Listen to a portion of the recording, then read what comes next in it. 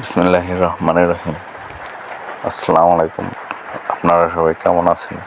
আশা করি আপনারা সবাই ভালো আছেন। চলেন আজকে আমার খামারে একটি আপনার সারপ্রাইজ জনিত একটা জিনিস আছে। তো আমি খামারে ঢুকে নিজেই সারপ্রাইজ হয়ে গেছি। সারপ্রাইজটা কি চলেন আপনাদেরও দেখাই। এই যে আমার ছয়টা বাচ্চা দেখেন কি সুন্দরভাবে খাওয়া দাওয়া করছে। এটা এখন দুপুরের সময়, আমি দুপুরে এদের খাবার দিছি বসি ভাত এবং কুড়া মিশিয়ে। এখন ওরা খুব সুন্দরভাবে খেয়ে নিচ্ছে। তো আমি আশা করি যে এই সিস্টেমে পারলে আমার আগের থেকে অনেক বেটার অবস্থানে আছি। কারণ আমার এই ছয়টা বাচ্চা আমি খুব যত্ন সহকারে পালন করতে পারছি এবং আমার চোখের সামনে দিয়ে এরা বড় হচ্ছে। আমার এটা খুব ভালো লাগছে।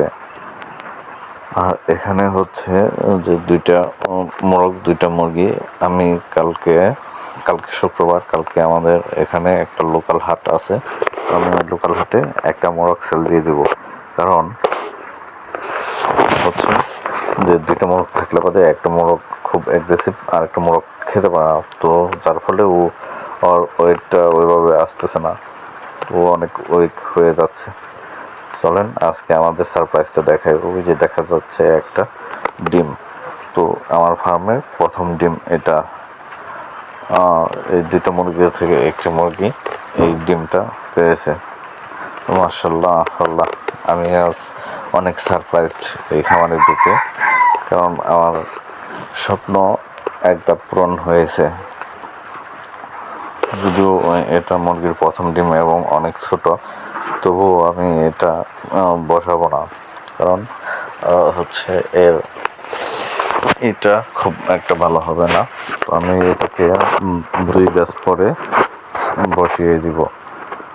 এখন আমার এক বাবু আছে, বাবুকে এই ডিমটা সিদ্ধ করে দেব।